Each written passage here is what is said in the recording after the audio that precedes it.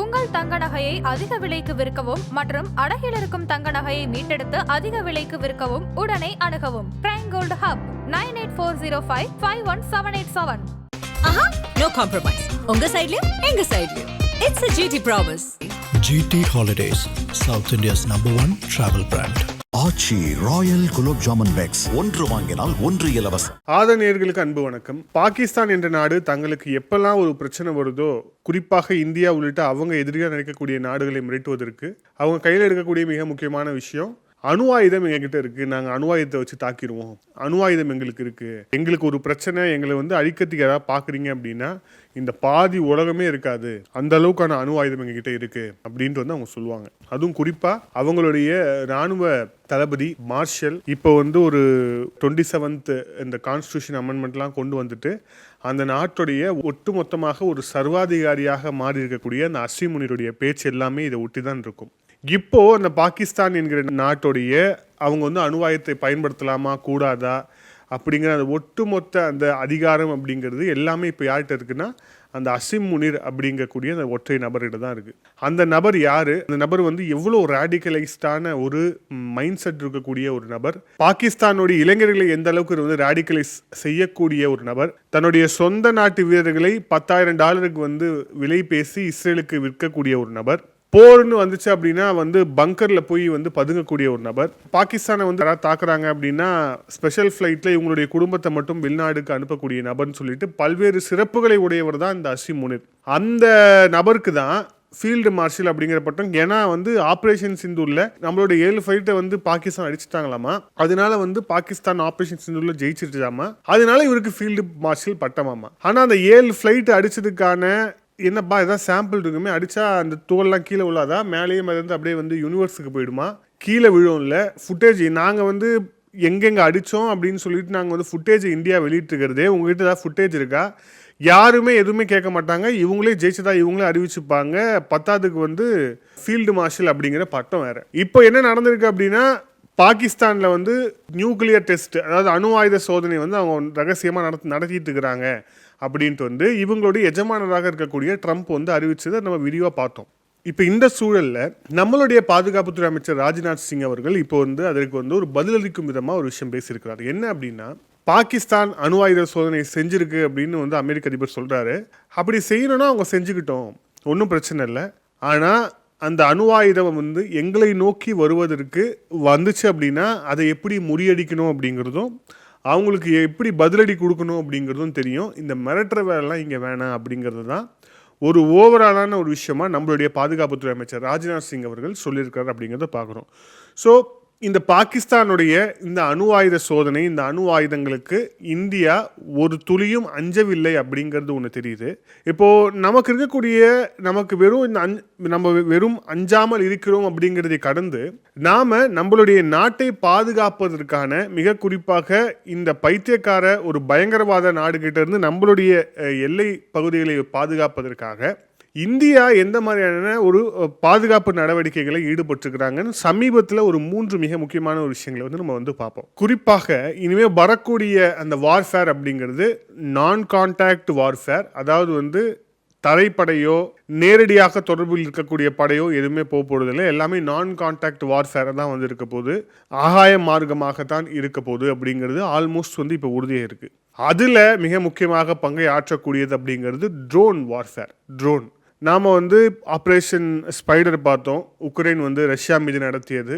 எந்த அளவுக்கான ஒரு ப்ரிசிஷன் ஸ்ட்ரைக் அப்படிங்கிறத பார்க்குறோம், எந்த அளவுக்கான சேதம் ட்ரோன்களை பயன்படுத்தி உக்ரைன் ரஷ்யாவுக்கு ஏற்படுத்தியது அப்படிங்கிறத பார்த்தோம். இஸ்ரேல் ட்ரோனை எவ்வளோ எஃபெக்டிவாக யூஸ் பண்ணுறாங்க அப்படிங்கிறத பார்த்துட்டு இருக்கிறோம். ஸோ பல்வேறு விஷயங்களை பார்த்துட்டு இருக்கோம். ஸோ இப்போ நாம் இந்த ட்ரோன் மேனுஃபேக்சரிங் அப்படிங்கிறதையும் அதை நம்மளுடைய இராணுவத்தை இன்னும் நவீனமயமாக்குவதற்கான பணிகளையும் முழு வீச்சில் செஞ்சிட்டு இருக்கோம் அப்படிங்கிறத பார்க்குறோம். அதில் மிக முக்கியமான ஒரு விஷயமா கமிகாசி அப்படிங்கிற FPV ட்ரோன்ஸை நாம் வாங்கிறதுக்கான பணியில் நம்ம ஈடுபட்டு இருக்கோம். இந்த கிட்டத்தட்ட 1000 ட்ரோன்களை வாங்குவதற்கான பணிகள் அப்படிங்கிறது ஆல்மோஸ்ட் முடிஞ்சிருக்கு. இது ஒரு ட்ரோனோட விலை $50,000. இது ஹை எக்ஸ்ப்ளோசிவ் வார் ஹெட்டை தாங்கி செல்லக்கூடிய ஒரு ட்ரோன் கிட்டத்தட்ட இது வந்து சூசைட் ட்ரோன் அப்படின்னு கூட நம்ம வந்து சொல்லலாம். ஸோ அந்தளவுக்கு ஒரு ப்ரிசிஷனான ஒரு ட்ரோன் இது. ஸோ இது வந்து கிட்டத்தட்ட 1000 வந்து நம்ம வந்து வாங்க போகிறோம் அப்படிங்கிறதுக்கான ஒரு விஷயம் அப்படிங்கிறது இருக்கிறது. அதே நேரத்தில் நம்மளுடைய எதிரி நாடுகளும் இதே ட்ரோன் வார்ஃபேரை நம்ம மேலே வந்து பயன்படுத்தக்கூடும். ஆப்ரேஷன் சிந்து டைமில் தங்கக்கிட்ட வந்து ட்ரோன்ஸ் இல்லை அப்படிங்கிறதால தங்க வந்து சொந்தமாக ட்ரோன்ஸ் தயாரிக்க கூட வந்து துப்பு கிடையாது. அதனால வந்து இவங்க வந்து துருக்கிக்கிட்ட இருந்து ட்ரோன்ஸ் வாங்கி அந்த ட்ரோனை வந்து பறக்க விட்டு ஆப்ரேஷன் சிந்தூரில் ஒரு குறிப்பிட்ட சேதத்தை இந்தியாவுக்கு ஏற்படுத்தலாம் அப்படின்னு வந்து கனவு கண்டது பாகிஸ்தானில் இருக்கக்கூடிய அந்த இஸ்லாமாபாத் அரசாங்கம். ஆனால் அது நடக்கவே இல்லை. நம்மளுடைய ஏர் டிஃபென்ஸ் சிஸ்டமாக இருக்கக்கூடிய ஆகாஷ் தீர், அதுக்கப்புறம் வந்து S-400ன்னு சொல்லிட்டு நம்மளுடைய ஏர் டிஃபென்ஸ் சிஸ்டம் அந்த அளவுக்கு ஸ்ட்ராங்காக நின்று நம்ம வந்து வழி நடத்தியது, நம்மை பாதுகாத்தது அப்படிங்கிற அந்த விஷயத்தை வந்து பார்க்குறோம். ஸோ இப்போ இந்த ட்ரோன் வார்ஃபேரை நமக்கு எதிராக நம்ம எதிரிகள் பயன்படுத்தக்கூடாது அப்படிங்கிறதுக்காக தான் இப்போ வந்து இந்த ஆன்டி ட்ரோன் சிஸ்டங்களை தயாரிப்பதற்கான ஒரு மிக முக்கியமான ஒரு டீல் வந்து சைன் ஆயிருக்கிறது. இது வந்து ஹைதராபாத்தை பேஸ் பண்ண ஜென் டெக்னாலஜிஸ் அப்படிங்கிற ஒரு நிறுவனத்து கூட நம்மளுடைய மினிஸ்ட்ரி ஆஃப் டிஃபென்ஸ் வந்து ஒரு கான்ட்ராக்ட் வந்து சைன் பண்ணியிருக்காங்க. அந்த கான்ட்ராக்டோடைய தொகை வந்து 289 கோடி ரூபாய் கான்ட்ராக்ட். அந்த கான்ட்ராக்ட் வந்து சைன் ஆயிருக்கு. ஸோ இதன் மூலியமா ஆன்டி ட்ரோன் சிஸ்டத்தை நாம இன்னும் வந்து வேகப்படுத்துவதற்கு, நவீனப்படுத்துவதற்கான பணிகள் அப்படிங்கிறது தொடங்கி இருக்கு அப்படிங்கிறத பார்க்குறோம். ஏற்கனவே DRDO பல கட்ட டெஸ்டின் அடிப்படையில் பல விஷயங்களை வந்து செஞ்சு வச்சிருக்கிறாங்க ஒரு பக்கம். இப்போ இதுவும் வந்து அதுக்கு ஒரு ஆடட் வேல்யூவா சேர இருக்கு அப்படிங்கிறத பார்க்கணும். ஸோ வரும் நாட்களில், வரும் காலங்களில் வரக்கூடிய அந்த போர் அப்படிங்கிறது எந்த மாதிரியான ஒரு போராக இருக்கும், அதற்கு நாம் எப்படி ரிட்டாலியேட் பண்ணணும், அதே சமயத்தில் எப்படி நவீனப்படுத்தணும் அப்படிங்கிற அந்த விஷயத்தை நம்ம வந்து ஒரு பக்கம் செஞ்சுட்டு இருக்கோம் அப்படிங்கிறத பார்க்குறோம். இந்த 2 மிக முக்கியமான ஒரு செய்தியும் வந்து அதை தான் உணர்த்துது.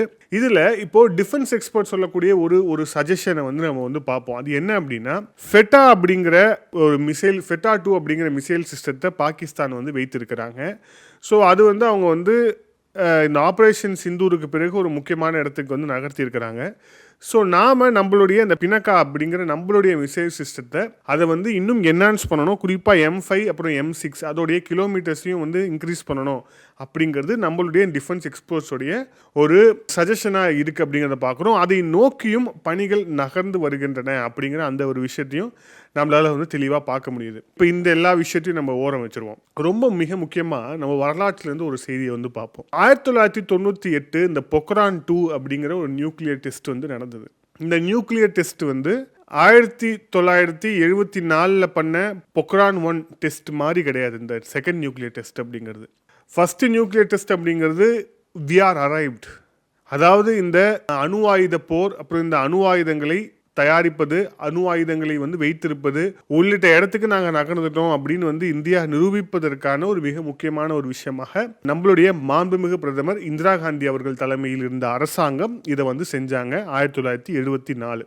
அதன் பிறகு 1998ஆம் ஆண்டு அடல் பிஹாரி வாஜ்பாய் அவர்கள் பிரதமராக இருந்தபோது பொக்ரான் 2 டெஸ்ட் வந்து நடந்தது. இந்த பொக்ரான் 2 டெஸ்ட்டில் வெறும் ஒரு அணுகுண்டை வந்து சோதித்தோம் அப்படிங்கிறத தாண்டி இதை வந்து ஆப்ரேஷன்ஸ் சக்தி அப்படிங்கிற பேரில் வந்து இதை வந்து வைத்து கிட்டத்தட்ட 5 விதமான நியூக்ளியர் பாம்ஸ், அப்புறம் வந்து வேரியஸ் எலிமெண்ட்ஸை வந்து ஆட் பண்ணி, மிக முக்கியமாக அதில் சொல்லணும்னா தெர்மோ நியூக்ளியர் டிவைஸோடு வச்சு அதை வந்து சோதித்தோம் அப்படிங்கிறத பார்க்குறோம். இதுதான் மிகப்பெரிய ஒரு தாக்கத்தை வந்து ஏற்படுத்தியது. இப்போ நம்ம ஏன் அதை சொல்கிறோம் அப்படின்னா, இது தொடர்பான ஒரு பேச்சை வந்து சமூக வலைதளங்களில் நான் பார்த்தேன். நம்மளுடைய பிரதமர் வாஜ்பாய் அவர்கள் உட்காந்துருக்காரு, ஆளுங்கட்சியில் உட்காந்துருக்காங்க, நம்மளுடைய எதிர்கட்சி தலைவர்கள் எல்லாம் உட்காந்துருக்காங்க. அப்போது நம்மளுடைய முன்னாள் ஹோம் மினிஸ்டராக இருந்த சிதம்பரம் அவர்கள் அவர் எந்திரிச்சு பேசுகிறார். இந்த பொக்ரான் 2 டெஸ்ட் மூலிமா நம்ம வந்து ஒரு இன்கன்சிஸ்டன்சியை வந்து நம்ம வந்து எட்டி இருக்கிறோம்.